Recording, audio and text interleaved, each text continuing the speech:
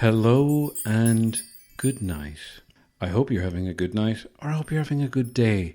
Maybe you're having a nap in the middle of the day.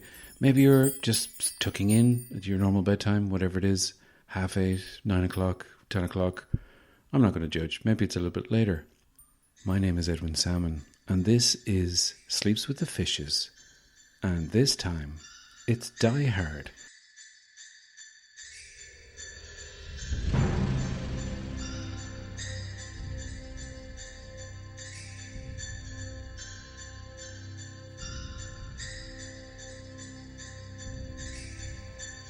So just to explain, in case you're listening to this for the first time, basically this is a relaxation / movie podcast where I read the Wikipedia for movies in a nice even tone. So settle in and let's die hard. So, Die Hard, from the outset, I would say, just to get it out of the way, and this might anger you, and it mightn't help you go to sleep, but I have to say, do I have to say? I do have to say. Okay, say away then, I will.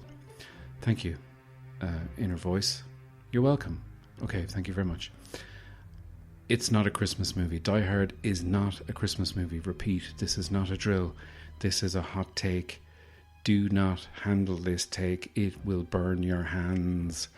Die Hard is set at Christmas, but it is not a quote-unquote Christmas movie.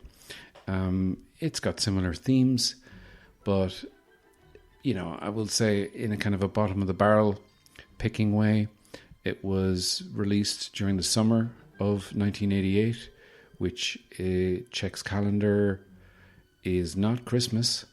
Sorry for saying Czech's calendar there. That's like, I should just put in some like flicking calendar noises. Oh, hello. So yeah, it's like something you do on Twitter. Asterix, Czech's notes, Asterix. I'll just leave this here.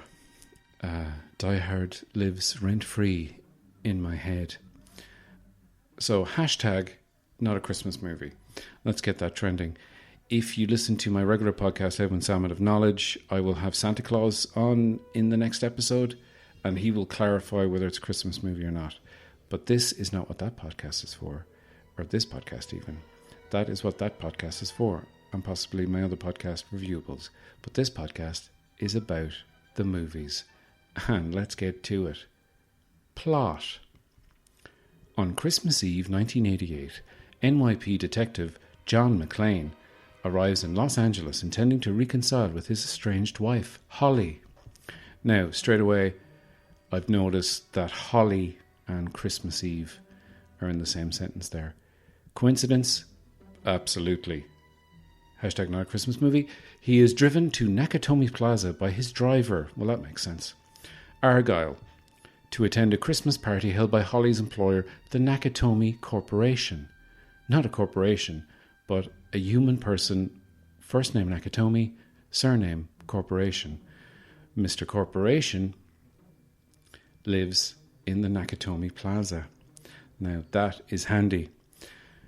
It's like me living in Salmon Villas. Argyle waits for McClane in the garage, which is how Americans say garage. While McClane changes clothes, the tower is seized by a German radical, Hans Gruber, and his heavily armed team, Carl and his brother Tony, and the others who are not related to each other, and their names are Franco, Theo, Alexander, Marco, Christoph, Eddie, the tough one, Uli, Henrik, Fritz, and James. James is the sensitive one. Those inside the tower are taken hostage, except for McClane, who slips away. Slip sliding away, slip sliding McClane. You take your shoes and socks off, make tiny fists with your toes. And then Carl and his brother Tony, Franco and the rest all show up and you go slip, slip, sliding away.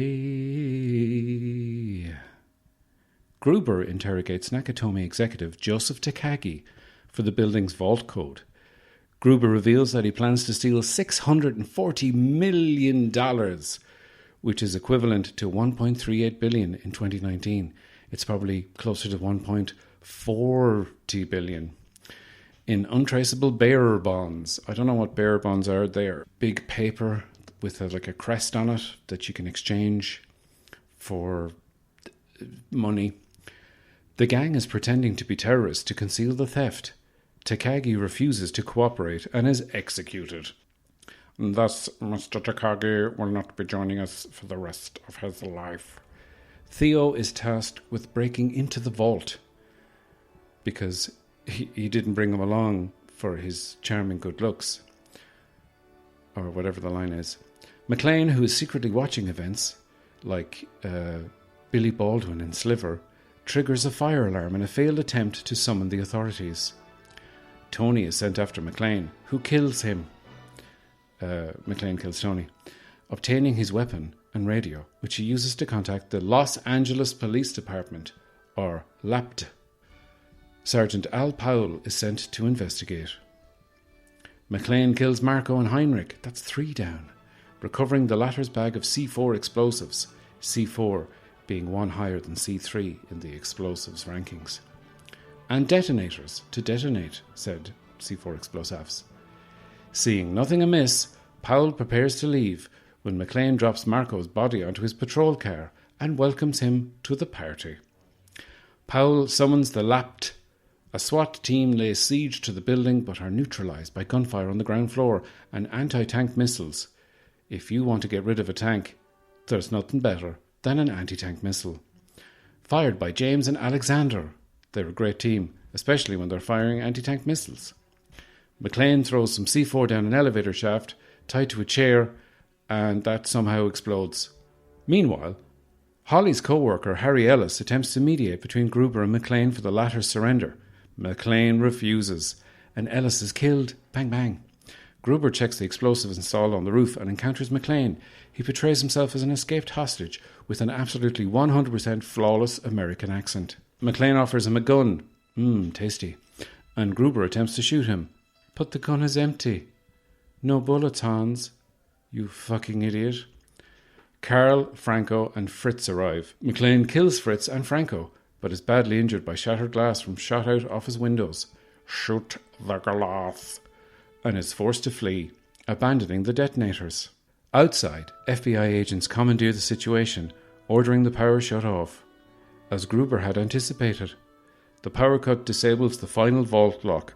His team collects the bonds, those sweet, sweet, delicious bonds.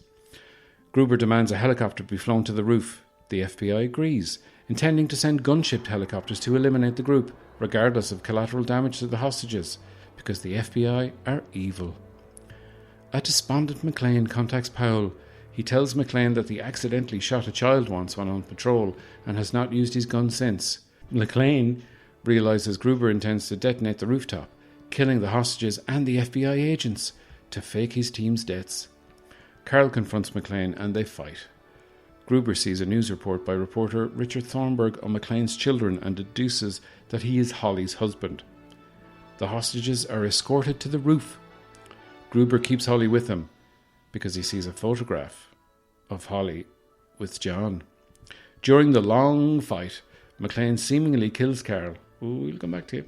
He kills Uli and rescues the hostages just before Gruber detonates the roof, destroying the FBI helicopters. Meanwhile, Theo retrieves their getaway vehicle from the parking garage but is neutralised by Argyle, who has been following the events on his radio. A weary and battered McLean finds Holly with Gruber and his remaining men, Eddie and Christoph. The 2 last men standing.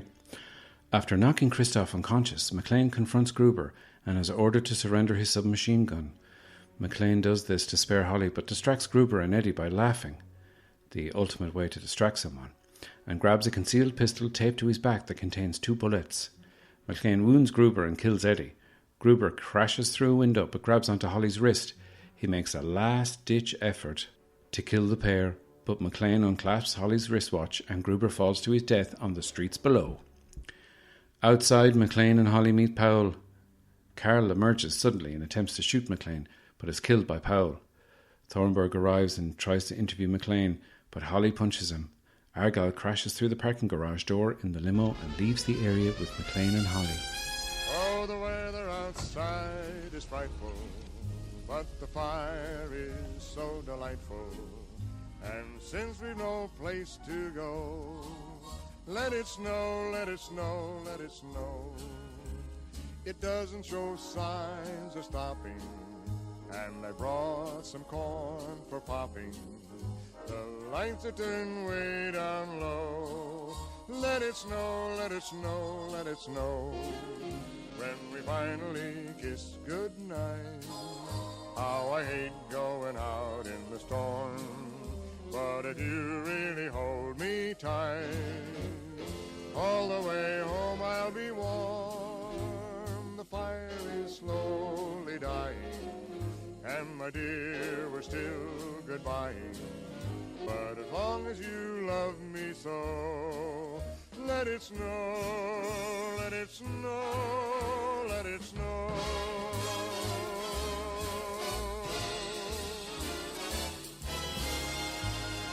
I mean, there's not much to be said about Die Hard. It's just a very, very good movie. I'm just going to be going, wow, I love that bit. So let's move on to production. Development. The development of Die Hard began in 1987. Screenwriter Jeb Stewart was in dire financial straits and needed paying work. Don't we all? He had successfully pitched a script to Columbia Pictures with Robert Duvall set to star, but the project was abandoned. A separate 4-script contract at Walt Disney Pictures was not providing him with sufficient income. After submitting his first contracted script to Disney, Stewart had 6 weeks when he could complete work for another studio. His agent Jeremy Zimmer contacted Lloyd Levin, the head of development at the Gordon Company. This is incredible stuff. I never knew any of this. The Gordon Company were involved. I love the Gordon Company. Of course, they made a lot of good movies, including all of the Herbie movies, where Herbie goes bananas, which you couldn't have these days because of its very flippant wording of mental health. Today it would be called Herbie Has Mental Health Issues.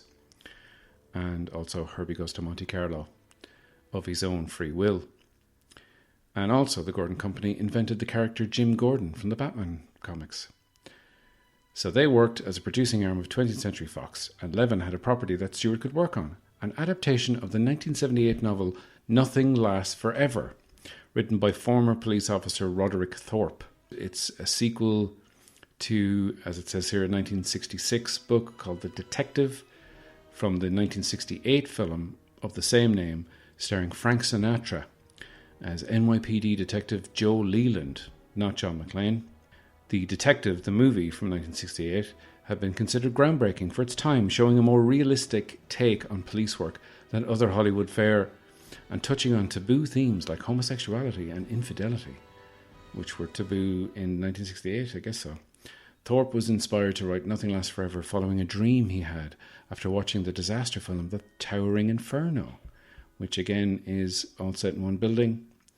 I think the book Nothing Lasts Forever, the only kind of similarities with Die Hard are that it's set in a building and there's a detective, but he's trying to save his daughter in Nothing Lasts Forever, and he's a little bit older.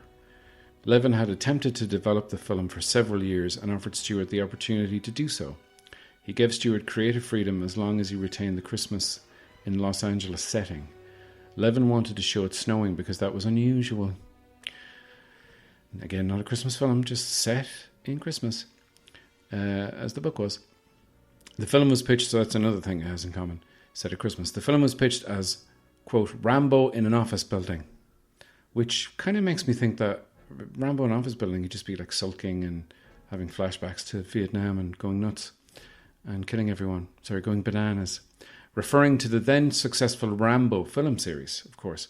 Lawrence Gordon and Joel Silver served as producers. Joel Silver, Lawrence Gordon, I don't know much about Joel Silver. I know a big Uber producer of the kind of late 80s, 90s. Did the Lethal Weapon films, etc. Also did, I want to say, Last Action Hero, which that would be an interesting one to do on this series. Maybe I'll do it sometime. They hired director John McTiernan because of his work with them on the successful 1987 action film Predator. So McTiernan did Predator and then he did Die Hard, back to back. But before joining, McTiernan wanted to address the film's tone. It was more, he wanted a lower octave. He said, "My principal concern going into this was that it was a story that concerned terrorists. And terrorist movies are usually mean, filled with all sorts of mean, nasty acts. And I didn't say yes to this project until we figured out some ways to put, in essence, some joy in it."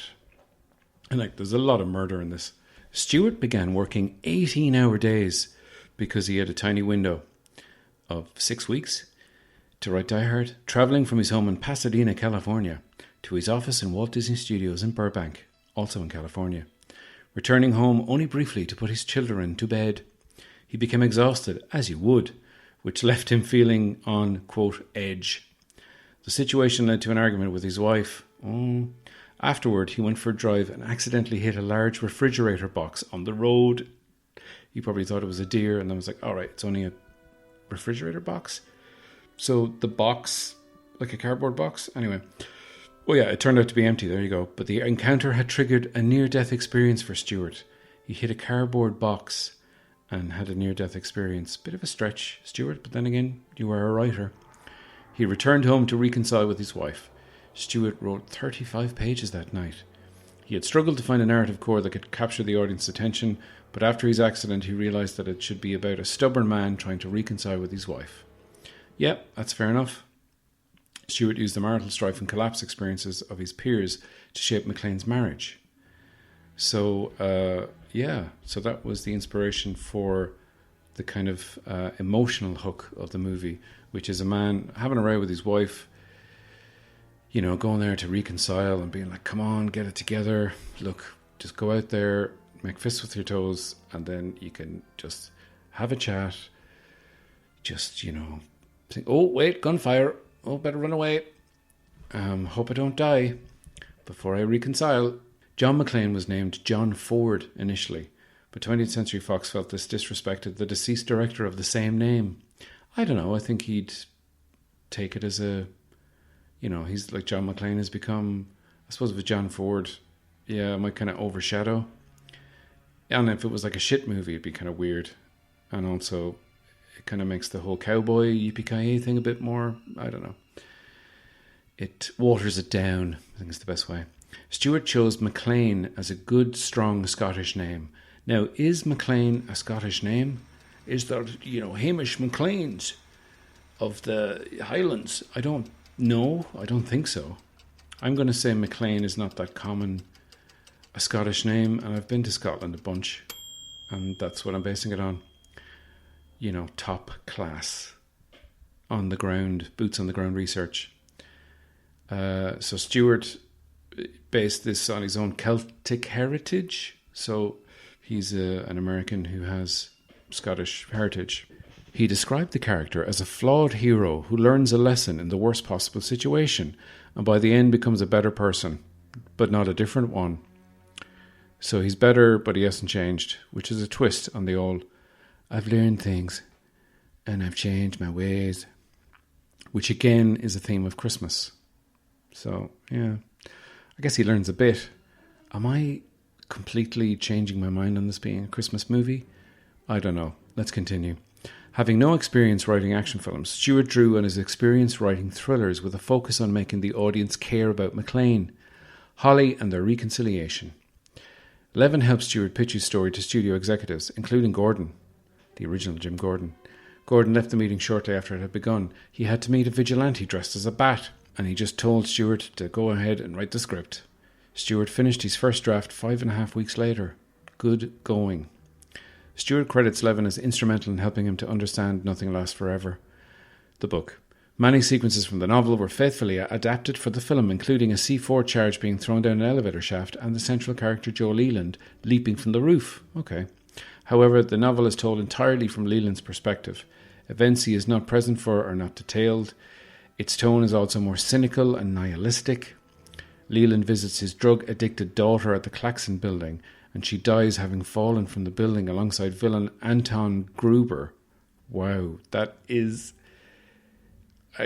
Yeah, it's bleak. I mean, I suppose it would be bleak. It would definitely be bleak if in Die Hard, Holly Gennaro or Holly McLean, she becomes in the Christmas-esque, but not Christmas type ending.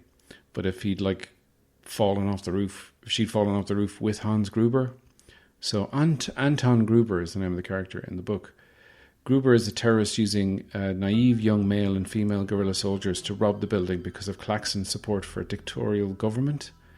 This made their motivations less clear and Leland more conflicted about killing them, especially the women. So it's men and women. It's a sausage fest that he gets through in the movie. He's having bloody cocktail sausages for lunch. Leland is written as an experienced older man working as a high-powered security consultant. It's kind of like a part that Sylvester Stallone would play, you know, in the 90s, like after he made that movie Daylight, that disaster movie that's not very good. I don't remember anything about it except there was one point where they all took cover in a big metal tube. Stewart created new material for scenes when McClane is not present. This allowed him to expand upon or introduce characters. Powell is given a wife and children, allowing him to relate more closely to McClane. Argyle, whose novel counterpart disappears early in the story, is present throughout the script, supporting McClane by broadcasting rap music over the terrorists' radios. I don't remember that bit. Among the script's original characters is the unscrupulous journalist Richard Thornburg. A fan of prominent Western action film actor John Wayne, Stewart was inspired to carry a Western theme throughout the script, including cowboy lingo, yippee-ki-yay, kimosabi, as it is in the UTV dubbed versions. Also, there's a bit, I remember watching that when I was younger, and it was one of the first movies I watched on TV that had the swear words dubbed out, and sometimes they dub out like fuck with shit. So there's a bit where when Dwayne, the police lieutenant, whatever, the dickhead principal from the Breakfast Club, who's now working as a cop, says, "You just covered a whole load of people out here, the 25th platoon, with glass, you crazy son of a bitch." And McClane says, "Glass? Who gives a fuck about glass?" And in the UTV version, he goes, "Glass? Who gives a shit about glass?" And it sounded like the whole sentence had been redubbed with some actor, and it just sounded so weird. I don't know what they were thinking. He also made friends with a construction superintendent at the under construction Fox Plaza in Los Angeles. This is the writer. Giving him access to the building to gain ideas on how to lay out the characters and scenes. His finished screenplay was delivered on a Friday in June 1987. Very specific. And a Friday apparently is the best time to deliver a script in 20th Century Fox. It was greenlit by Saturday, in part because 20th Century Fox needed a big summer film for 1988.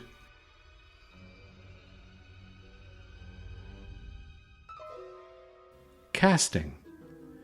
Though the main character names differed, because Die Hard was based on the novel sequel to the detective film, the studio was contractually obliged to offer Frank Sinatra the role. Sinatra, who was 70 at the time, he declined. "I don't want to do a movie, an action movie, 'cause I'm really old. I want to sing and drink whiskey. I'm Frank Sinatra and I don't sound like this." The role was then offered to stars including Arnold Schwarzenegger, now Die Hard, Sylvester Stallone. Why am I doing impressions for these people? Richard Gere, that's how he sounds in real life. He puts on that American accent. Clint Eastwood, Harrison Ford, Burt Reynolds. I can't do Burt Reynolds. Who does a good impression of him? The Canadian comedian, whom I just can't think of his name. Nobody funnier.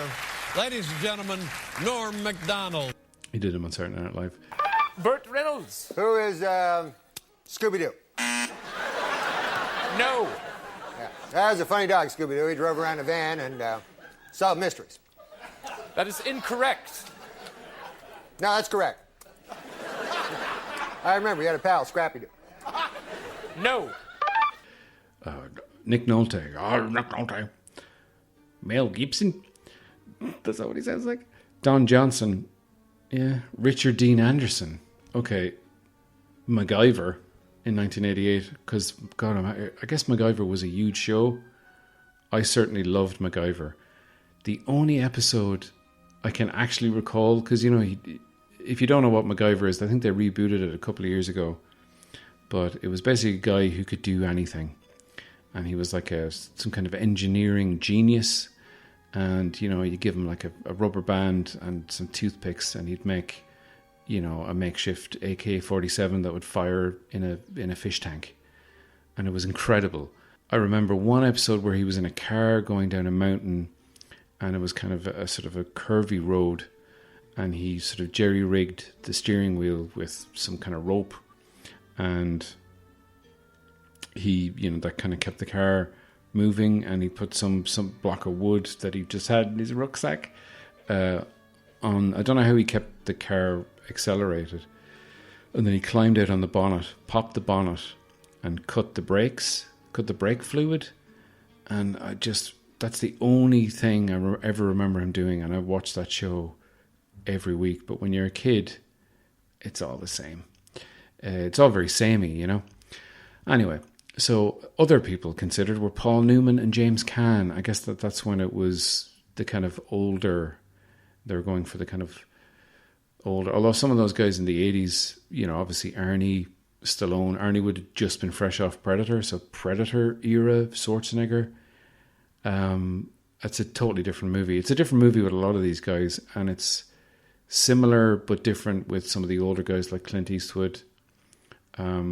Harrison Ford, I could actually see him because, you know, I could see him playing a character like John McClane who gets like battered and bruised because he was pretty good at doing that as Indiana Jones. So Schwarzenegger wanted to move away from action films and into comedy and turned down the role to star in the 1988 comedy Twins. Good decision, Arnie. That's why Arnold is a very smart man. Bruce Willis was known mainly for his comedic role as Detective David Addison in the romantic comedy television series Moonlighting, starring opposite Sybil Shepherd. I was a big fan of Moonlighting at the time. It really was a golden age of television. I just thought it was quirky and weird. Again, couldn't tell you a single line or scene from it, but I remember watching every episode.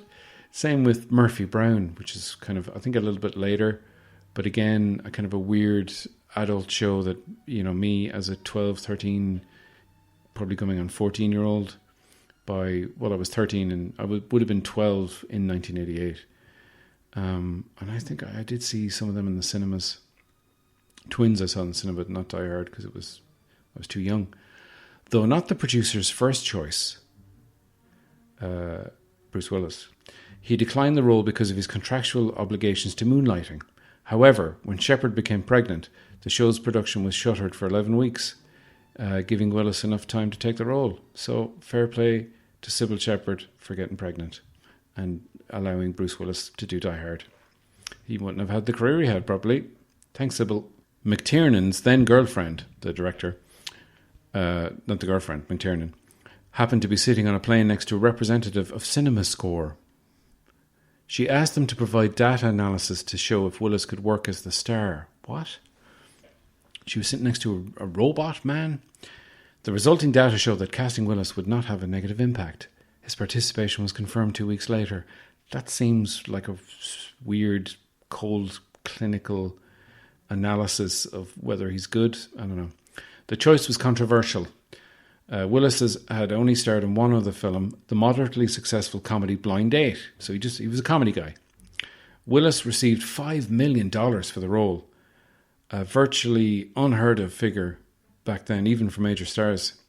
At the time, this defined the Hollywood hierarchy by giving Willis a comparable salary to more successful actors like Dustin Hoffman, Warren Beatty, and Robert Redford.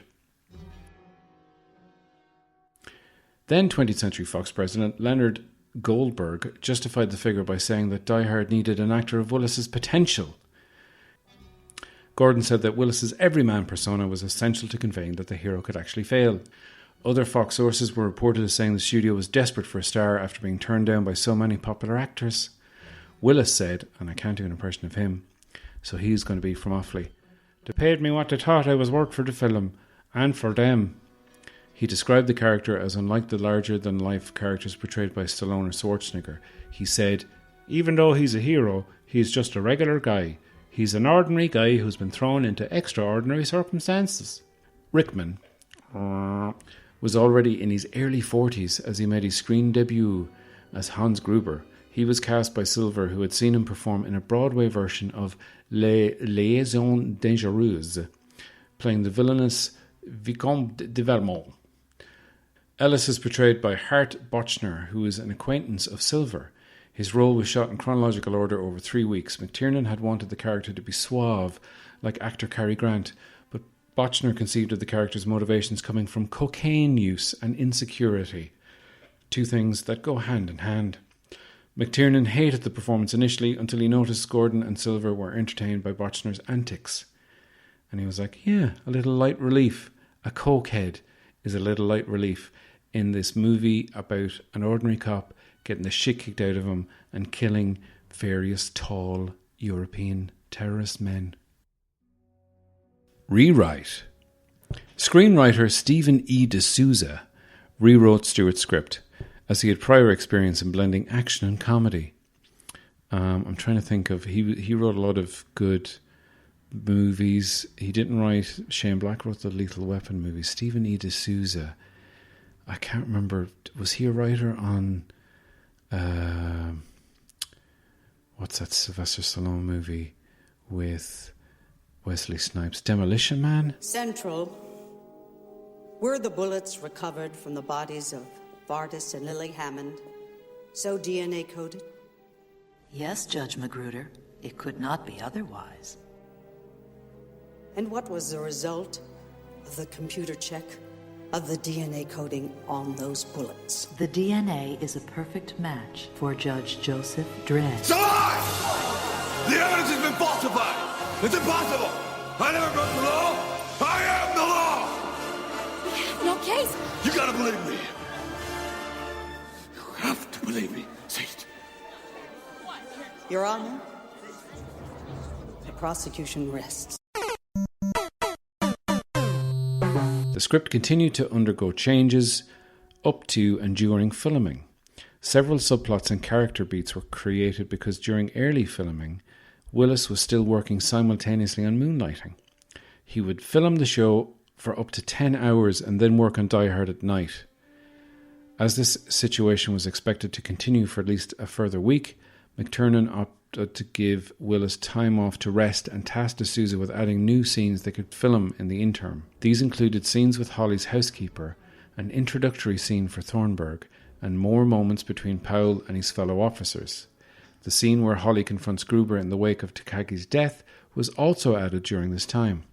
So basically Bruce Willis did, for a couple of weeks, what Michael J. Fox did for the entire shoot of the first Back to the Future movie, where he was shooting Family Ties during the day, and then at night and weekends was shooting Back to the Future. La la la la. Silver wanted a scene between McClane and Gruber before the film's denouement. D'Souza could not think of an idea that would allow the pair to meet without one killing the other. Between takes, D'Souza heard Rickman affecting an American accent to a crew member. He realised that an accent would let Gruber disguise himself when he met McClane. So, yeah, Rickman adopting an American accent to a crew member, and they thought, wow, that's a perfect spot-on American accent. Oh, you're one of them, you're one of them. Please, please don't kill me, don't kill me. I'm an American man, and this is how I talk. In Stewart's original script, Die Hard took place over 3 days. McTiernan was inspired to have it take place over a single night by Shakespeare's A Midsummer Night's Dream, which he said to try and make himself sound more well-read and interesting. He did not want to use terrorists as the villains, as he considered them to be too mean. We've gone through his mean... I don't like the mean terrorists. So he avoided focusing on the terrorist politics in favour of making them thieves driven by monetary pursuits.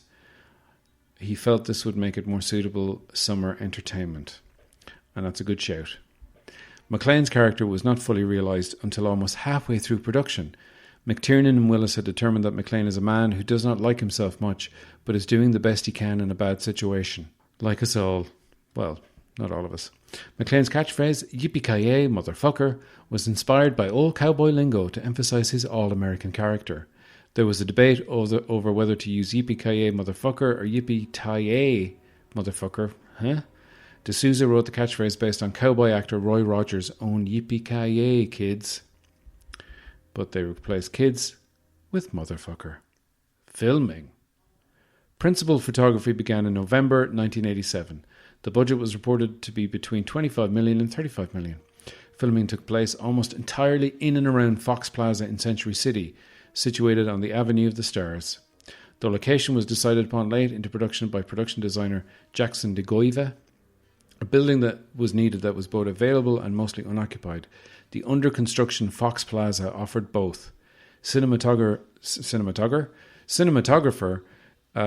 not a man who dresses in cinema, that is a cinematographer. Tug out in your finest celluloid and get on that silver screen. We need to win this box office, but go out there and enjoy yourself. Cinematographer, director of photography, as we say in Europe, Jan de Bont, a Dutchman who went on to direct Speed and Speed 2 and something else, said that only 4 or 5 stories were occupied at the time in the building. Extensive negotiations secured the building for filming with 2 main conditions: no filming during the day and no damage from explosions. So this is 20th Century Fox who are bankrolling the movie, and I believe that they charged themselves rent on the building while they were shooting. Willis's first day on set was November 2nd, 1987, so you can put that centuries-old argument to bed. He came straight from filming Moonlighting to shoot one of his most pivotal scenes where McClane leaps from a rooftop as it explodes behind him, saved only by a length of hosepipe. Ooh, misses. Willis found acting in Die Hard different from previous experiences, as he'd only done one movie, which was a comedy, Blind Date. He was used to acting against another actor, but in Die Hard he's alone in many of his scenes, talking to himself or others via radio. He did not spend much time with the rest of the cast between takes, opting to spend it with his new partner, Demi Moore. In contrast to their on-screen dynamics, Bedelia and Val Johnson spent most of their time between scenes with Rickman. So nice to be on a movie. Are you enjoying shooting the movie? Yes, Mr. Rickman. Please call me Alan. The film's ending had not been finalised when filming began. In the finished film, Theo retrieves an ambulance from the truck the terrorists arrived in to use it as an escape vehicle. As this was a late decision, the truck the terrorists are shown arriving in was way too small to hold an ambulance. An additional scene showing the terrorists synchronising their Tag Heuer watches also showed the truck was empty. The scene had to be deleted. Yeah, that's a little nitpick that you don't realise. They come out of a truck that seems empty, but even if they were all in it and an ambulance was in there, they couldn't fit in it with an ambulance. So you just don't, you know, it's a movie. You can forgive these things if the movie is as good as Die Hard is. This led to other necessary changes. As scripted, McClane realises that the American hostage he encounters is Gruber because of the distinctive Tag Heuer watches he had seen on the other terrorists. The watches were no longer an established plot point. However, it necessitated the introduction of a heroic scene for Argyle, who gets to stop Theo's escape. The actor playing him actually punched the other actor playing Theo during the scene, which was added in only the last 10 days of filming. The actors were given some room to improvise, like Theo's line, "The quarterback is toast." Bochner's, "Hans, Bubby, I'm your white knight." And the henchman Uli stealing a chocolate bar during the SWAT assault. And I love that guy Uli, the actor playing him, also is the same actor who's in a bunch of other movies, most notably electrocuting Mel Gibson in the first Lethal Weapon movie, and then he chokes him with his big muscular thighs. During filming, McTiernan, de Bont and first assistant director Benjamin Rosenberg became trapped in an elevator. After 30 minutes a team of stuntmen arrived to help them escape via the roof hatch and cross over to another elevator parked next to it.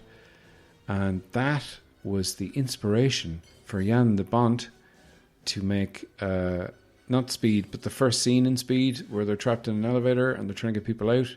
Before the whole bus plot, the kind of opening coda of Speed with his friend from Dumb and Dumber.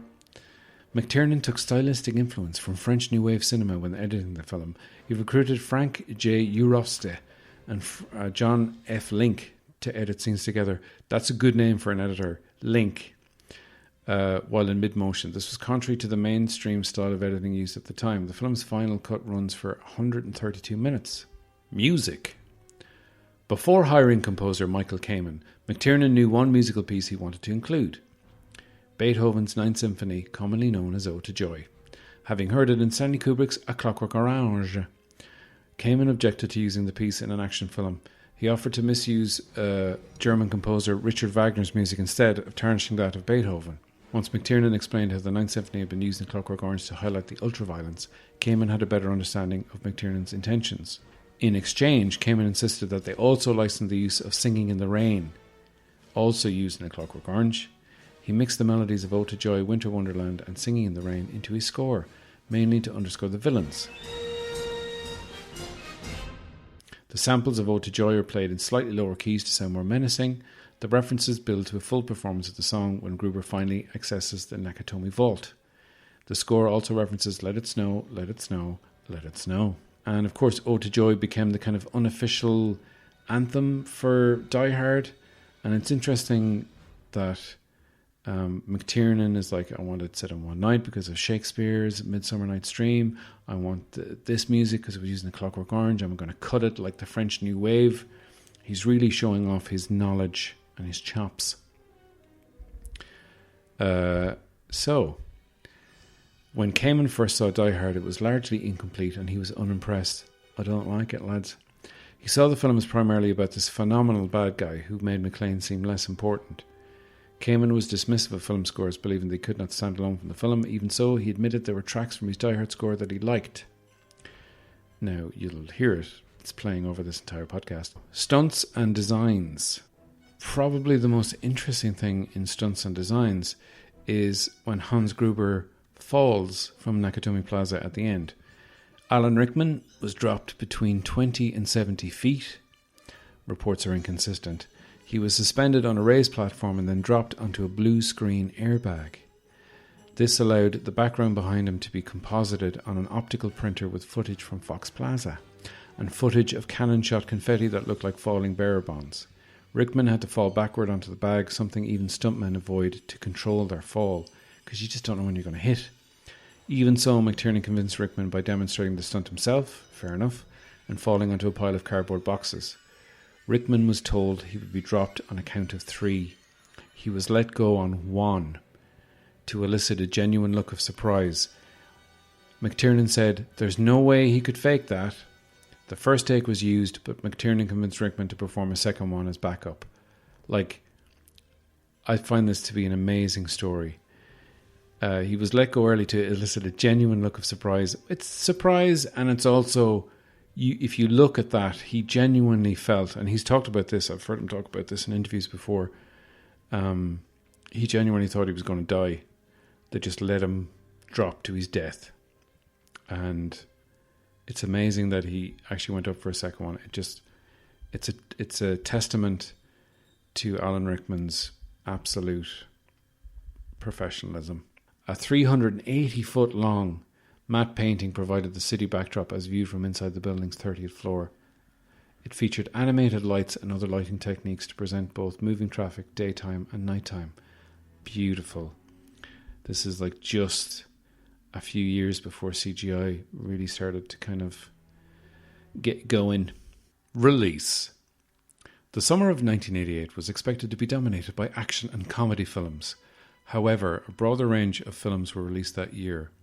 More films targeted older audiences rather than teenagers, a reflection of the increasing age of the average audience member. Sequels to financially successful films, Crocodile Dundee 2 and Rambo 3, where he fights alongside Afghani soldiers, were expected to dominate the May box office and break opening weekend revenue records. Their collective potential was significant enough for George Lucas, who had dominated May in previous years with Star Wars and Indiana Jones films, to move his film Willow to avoid the competition, which didn't do any favours for Willow in the end, although just recently they have announced that they're making a Willow TV show, with Warwick Davis reprising his role all these years later. Will Val Kilmer be in it as Mad Mardigan? Who knows? We'll find out soon. Industry executives also had high expectations for the romantic comedy Coming to America and the fantasy comedy Who Framed Roger Rabbit, which is amazing. Both of those are very good movies. The New York Times noted that Die Hard and the comedies Big Top Pee-wee and Bull Durham would be closely scrutinised by the industry for success or failure. We've got our eyes on you. Die Hard was singled out for Willis's salary and the failure early that year of the western Sunset, his previous film, which brought into question his capability as a leading man. I've never even heard of Sunset. But it is a western set entirely at dusk. Lawrence Gordon agreed that by not using a major action star like Stallone or Eastwood, audience interest in Die Hard was lower than it might have been. Willis featured prominently in the film's early marketing campaign because he was, famous from TV. Die Hard received mixed reviews on its release. Dave Kerr said that the film was inspired by films like Alien and RoboCop, creating an elegant, humorous and sentimental design. God, is this guy a robot? Though the perfection of the form, it lacked a personality of its own. He called it excessive, drawing on every possible action genre trope, although the film makes it work as exceedingly stupid but escapist fun. Yeah. Thanks. You finally got around to an actual good review. Kevin Thomas criticised it for being highly calculated, designed to sacrifice quality in exchange for reaching the widest possible audience base, citing plot holes and a lack of credibility. He said that it held potential as an intelligent thriller, but instead became an ever-increasing depiction of increasingly numbing violence and carnage. It can be both things. Vincent Canby said it would appeal to audiences who require a constant stream of explosions and loud noises, calling it the perfect movie for our time. He described it as an intense but fleeting experience akin to snorting pure oxygen. I mean, every time. That's what it feels like to me, baby. Hal Hinson called it relentlessly thrilling, but no fun to watch. Huh? Wrong. Richard Schninkel said that the action genre had no future if it just continued to offer bigger and better explosions and noise. Howe was more positive, calling it a fire-powered, blood-drenched action picture. Thomas called it cynical and criticised the story for undermining the humanity and warmth behind McClane's and Powell's friendship by having Powell's redemption for shooting a child come from violently shooting Carl, who was not a child, but a big, tall, terrorist killer man. Critics were conflicted over Willis's performance. Desson Howe said that it elevated the film to the level of action films like Beverly Hills Cop and Lethal Weapon. Thomas agreed that Willis's turn made him a credible star and demonstrated his comedic range. Yeah, he's likeable, believable. Carnaby criticised Willis for lacking toughness. Well, he gets battered, that you feel it. That's the whole, he's tough. I mean, how can you lack toughness if you've been shot and beaten and blown up and had to jump off a exploding building and survive? That's tough. You're still going. Would you call the Energizer Bunny a wimp? No, you wouldn't. Rickman's performance was mainly praised. Absolutely. Alan Rickman in this movie started a craze of English actors playing villains. I think Alan Rickman should have got like a cut from every single English actor that got a role as a bad guy in a movie after this, and also including John Lithgow playing a bad guy who is English while being American in the movie Cliffhanger, which I kind of have a soft spot for, even though I haven't seen it in years, and it's probably not very good. Post-release, aftermath, and performance analysis. The summer of 1988 saw box office grosses totaling $1.7 billion. Along with films like Big and Young Guns, Die Hard was credited with revitalising 20th Century Fox, which had had few successes in the recent preceding years. It also showed the action genre was not, quote, dead. It raised Willis from TV stardom to worldwide recognition and brought fame to Rickman. Started his whole movie career. Thematic analysis. which is not something that's on every Wikipedia, but let's go for it. Die Hard can be thought of as a story about obtaining redemption through violence. McClane comes to Los Angeles to save his marriage, but immediately makes the same mistakes that drove his wife, Holly, away. It is only after he defeats the terrorists, often using extreme violence, that McClane is able to reconcile with his wife. Similarly, Powell is haunted by his mistaken shooting of a child and has been unable to use his police gun since the tragedy. He finds redemption by drawing his gun and shooting Carl to save his friend McClane. Several male characters who are driven by rage or ego suffer for it, including the FBI agents, who get exploded for being arrogant. Carl or Ellis, and even McClane, who nearly loses Holly by showing off after shooting Gruber. By doing like a cool move, blowing his gun and saying, "Happy trails, Hans." Pay attention to what is happening to your wife. The more even-tempered characters, often African-American, fare better. Powell, who supports McClane, Argyle, whose heroic moment is stopping Theo's escape, and Theo, who survives the events. McClane identifies himself as a Roman Catholic, a religion that requires penance to earn redemption. Oh, again, redemptive Christmas. Not a Christmas movie. He is forced to endure physical punishment, including his feet being cut by shards of glass, a stigmata that causes him to leave a trail of blood behind him. In making these sacrifices, he salvages his family. In this sense, McClane could be seen as a modern, working-class, Christmas-like figure. Christ, Christmas, Jesus Christmas. It is a Christmas movie, is it? Now, to wrap up, here are some of my favourite bits from the IMDB trivia. When I watch a movie, I also like to look at the IMDB trivia straight afterwards and look at things and go, oh, that's interesting, and some things are kind of funny. And I've cherry-picked the best bits that I didn't talk about. Trivia number 1. Ironically, Bruce Willis, sneered at for being an all-American hero by the head German terrorist Hans Gruber, played by an Englishman, is actually more German than most of the villains. Alan Rickman, an Englishman, and Alexander Godunov is Russian. He's actually a former ballet dancer. Bruce Willis was born on March 19th, 1955 in West Germany to an American father and a German mother. So he's half German and born in Germany. Trivia number 2. In the German version, the names and backgrounds of the German-born terrorists were changed into English forms, mostly into their British equivalents. Hans Gruber became Jack Gruber. Carl became Charlie. Heinrich turned into Henry, etc. The new background depicted them as radical Irish activists having gone freelance and for profit rather than ideals. This led to some odd plot holes in this movie and continuity problems with Die Hard with a Vengeance, where Gruber is remembered as having been German. This was because German terrorism, especially by the Rote Armee faction, the Red Army faction, was still considered a sensitive issue by the German government in the 1980s. So they changed them into English and then made them Irish terrorists. You're just a common thief. I'm an exceptional thief, Mrs. McClane. And seeing as I'm moving up to kidnapping, you should be more polite about this, that there, sir. You should know, so you should be. Trivia number 3. The Hungarian title is Give Your Life Expensive. The title of the sequel is Your Life is More Expensive. And the third part is The Life is Always Expensive. I don't think that's true. Trivia number 4. In the edited for TV version, John McClane's famous line was changed to Yippee-ki-yay, melon farmer.